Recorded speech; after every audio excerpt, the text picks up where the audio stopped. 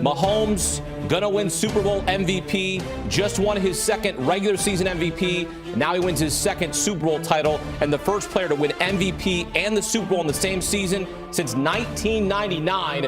And Kansas City's partying like it's 1999 as well. They're partying like it's 2023 because they're gonna be partying all night long in downtown Kansas City. And in Philadelphia, my gosh, the Phillies lost the World Series and the Eagles lose the Super Bowl. This is brutal right now for Philly when you consider how that game ended. For now, the Chiefs celebratory in the desert. That's where we find our crew in Glendale, Arizona. Hakeem, thank you so much. Chris Hassel joined by the two-time Super Bowl champion Bryant McFadden and Danny Kanell. We often say that one play doesn't decide a game, but unfortunately, this incredible Super Bowl was decided, quite frankly, by one late call, and it was the hold on Bradbury that set up the game-winning field goal for the Chiefs. What did you guys think of that call that gave the Chiefs a first down and allowed them to run out the clock? Me personally, as a former defender and as a fan of the game, I thought it was uncalled for. I thought it was a legit play from Bradbury. He didn't do anything to hamper Juju Smith-Schuster. I understand they said he held him, but he didn't do anything. He didn't change the course of his direction of anything like that. That's not a hold. That's not a hold at all. That's not disrupting Juju from going up the football field. Me personally, I think that was a nitpicky call. In that situation, if it's not obvious, I don't think you should call it. Now, granted, one play does not determine the outcome of a ball game, but clearly, like as you mentioned, Chris, they get a stop. They got a big-time opportunity to put their offense on the football field with at least one timeout in their pocket to get in a game tie-in situation in regards to a field goal. But that play allowed Kansas City to do what? Work the rest of the clock and then win with a game-winning field goal. So clearly, Philadelphia fans, they're upset. They have a right to feel that way because I believe that should have been a non-call. Now, we let the defender talk. Now let's the offensive guy talk, the quarterback. I would have been doing the same thing that Patrick Mahomes was doing, which was begging for that call. All that being said, you are 100% right, B-Mac. That was an awful call. In that situation, it has to be very clear-cut where it's pretty blatant for you to make that call with the Super Bowl on the line. And to me, it wasn't. It wasn't at all. So I thought they completely blew it at the end of the game. Would it have impacted the outcome? I think, yes. We were watching the second half unfold. And what do we keep saying? It feels like the team that has the ball last is going to be we had a shootout unfolding, like back and forth, back and forth. So if the Chiefs settle for a field goal and you get the ball back with 1:30, the worst case you're thinking, man, we're going to drive down and get a field goal. Maybe we send this thing to overtime, or you have a chance to win the game. I thought it was the only bad thing from this game because, man, this whole game delivered. The quarterbacks played phenomenally well. That was the only disappointment to me was the call at the end of the game, which had a massive impact. And there's going to be a lot more talk about that call for the rest of this night, for the rest of this offseason, and for the rest of, I think, a lot of people's lives in Philadelphia because it really did turn everything. But let's go to where this game turned, which was at halftime. The Eagles are up double digits. Patrick Mahomes is limping around. How did the Chiefs turn it around in the second half? Adjustments by Andy Reid. Oh, my goodness. Listen, there's a premium on good coaching. That's something you can't prepare for, especially when you talk about coaches that can make sound adjustments in halftime and come about, make the ball club look like a totally different ball team. Remember in the first half, they had 14 points. They only scored one offensive touchdown. They had a return touchdown on the defensive side. Pat Mahomes didn't really do anything, and the entire offense didn't do a lot.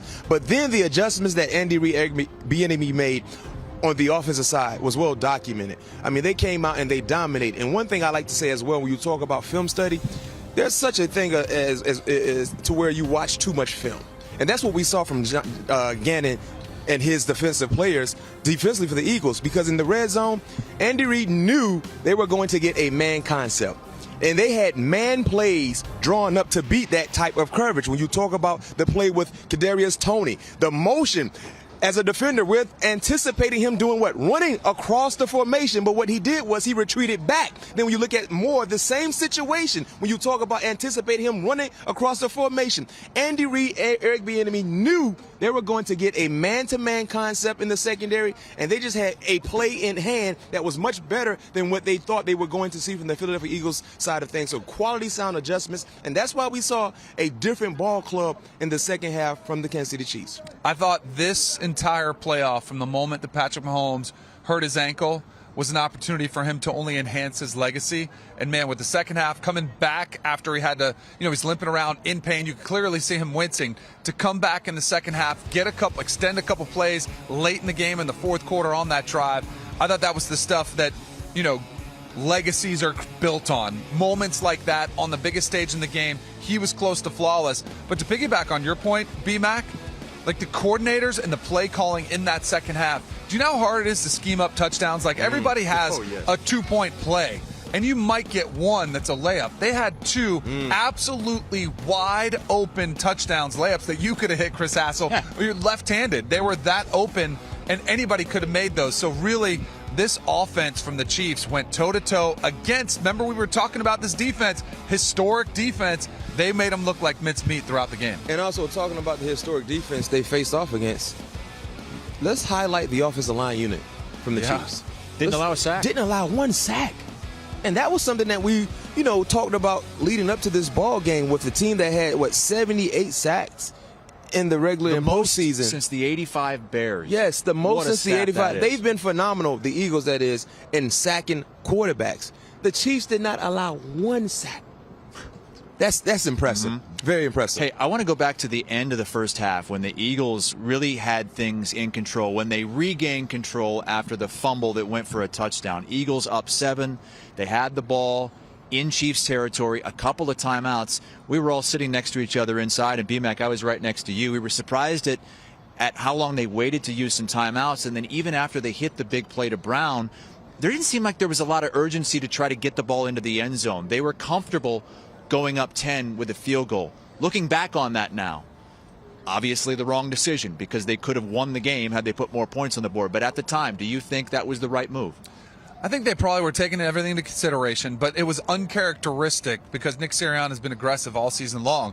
But if you saw what everybody in the stadium saw and it felt like the life was sucked out of it with Patrick Mahomes going to the bench, I'm sure they were thinking, with Chad Henne was warming up. I mean, they're paying attention just like we are, thinking, man, we could totally take control of this game in the second half. We might be facing a backup. Let's just make sure we get points. But it did seem like they were very complacent getting that field goal, and you cannot ever take away that killer instinct, which the Eagles have had all season long. They typically go for the jugular. So I agree with you, Chris. I think that was one of those crucial moments. And when you're playing against an opposing team that has experience, that has Hall of Fame-like coaching, has a Hall of Fame-like play at the quarterback position, you cannot allow them to continue to breathe when you have them in your grasp.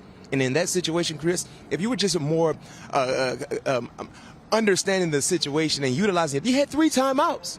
So what happened was it was 3rd and 1, I think it was, a quarterback sneak, right? So instead of using the timeout to kind of gather your thoughts, come up with an ideal play to be more aggressive to get closer to the end zone, they ran a no huddle with the same personnel that they ran a quarterback sneak. And I understand they had multiple wide receivers, but yet and still you were able to draw up an ideal play. The next play, a short pass where you had to use a timeout. So that was a costly moment. And there's a lot of different situations in this ball game in regards to Philly where you felt like Nick Sirianni could have really might have went a different direction. Could have gone a different direction. I do believe when that situation you're up 14 points. Just imagine you go up 10 points. If I'm not mistaken, right? Just imagine if you're able to score a touchdown.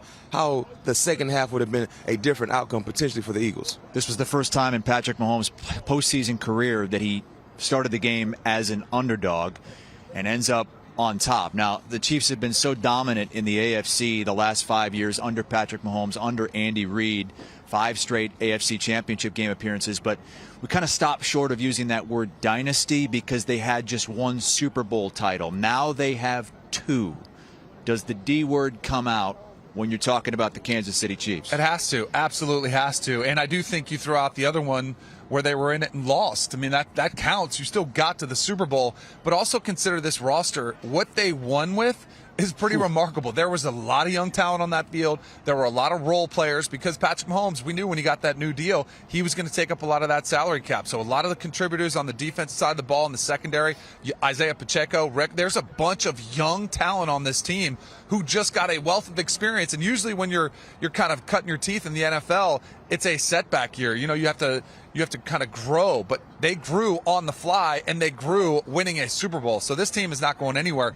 The only thing that's hesitant, in me saying, all right, they'll probably be the favorite next year, is the AFC is so deep. Their path to get there it's not going to be any easier than it was this year. But man, I wouldn't bet against them. Yeah, we can use the D word. I'm not talking darn.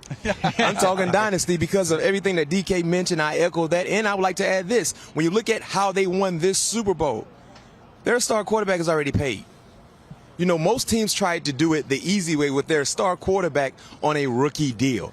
Their star quarterback took a nice deal that was, he felt deserving to what he's done, but also a team-friendly deal so they can continue to add pieces. And you're right, they have resources. This is not the same situation like the Rams a year ago. Remember, they invested so much into veteran leadership that they traded away a lot of assets where they can't really improve. They can't really improve their team through the draft. They still have draft picks there in Kansas City. Their quarterback is locked and loaded, right? Travis Kelce is coming back. They will continue to add more talent to their team. And then we look at the uncertainty in their division. We don't know how things will work out in their division. So yes, this is a dynasty in the making. You talk about making it to 3 Super Bowls in 5 years, winning 2. So now you're 2-2. Right? And I mean, 2-1 in that situation. You have to like what they're doing because most importantly, the best player on their team, which is Pat Mahomes, which is the best quarterback in the league, he's not looking for a deal. He already has his deal. So you know how to navigate when it comes to the finances along with you having draft picks. And Eagles are kind of in the other boat. They've got a quarterback, only had $1.5 million against the cap so they could get this star-studded team around him. And boy, Jalen Hurts really played well. He set a ton of records. Most rushing yards in a Super Bowl for a quarterback, broke that Steve McNair record. He played great, especially in the first half. But this one is going to hurt for a long time. What do you see for the Eagles this offseason heading into next year? They're going to be the favorite to come out of the NFC. They're going to be hungrier, angrier, more focused than they were even this year. And Jalen Hurts, you talk about somebody who's dealt with a lot of adversity throughout his life, right? He had it in the game when he had the strip sack and it went the other way. And all of a sudden, like, the spotlight is on him. How are you going to respond to that? And just like he has his entire life, he brought his team back there in a position. But now they have a big question what to do with Jalen Hurts this offseason. Do they extend him? Do they pay him? Because now all of a sudden, once you have this type of success, you have to start rewarding it. A couple key decisions on the offensive line, too. Lane Johnson's getting up there, having offseason surgery, playing through that adductor injury that he had. So we'll have to see what the roster looks like, but they're not going anywhere. I agree with you. I think understanding and knowing the talent in this team will look a little different than what we saw this season. They still have key pieces in place. And when you factor in the draft, don't forget, they had the New Orleans Saints draft pick. Right. So they will have a top 15 pick in this draft to either keep or trade to add more value to what they already have in regards to draft picks. So they have the resource to continue to add to this team. And I trust Howie Roseman. I mean, you got to look at this team, how it has been assembled. Remember the 11 starters that we just watched in the Super Bowl for the Eagles, 10 of them were drafted by the Eagles.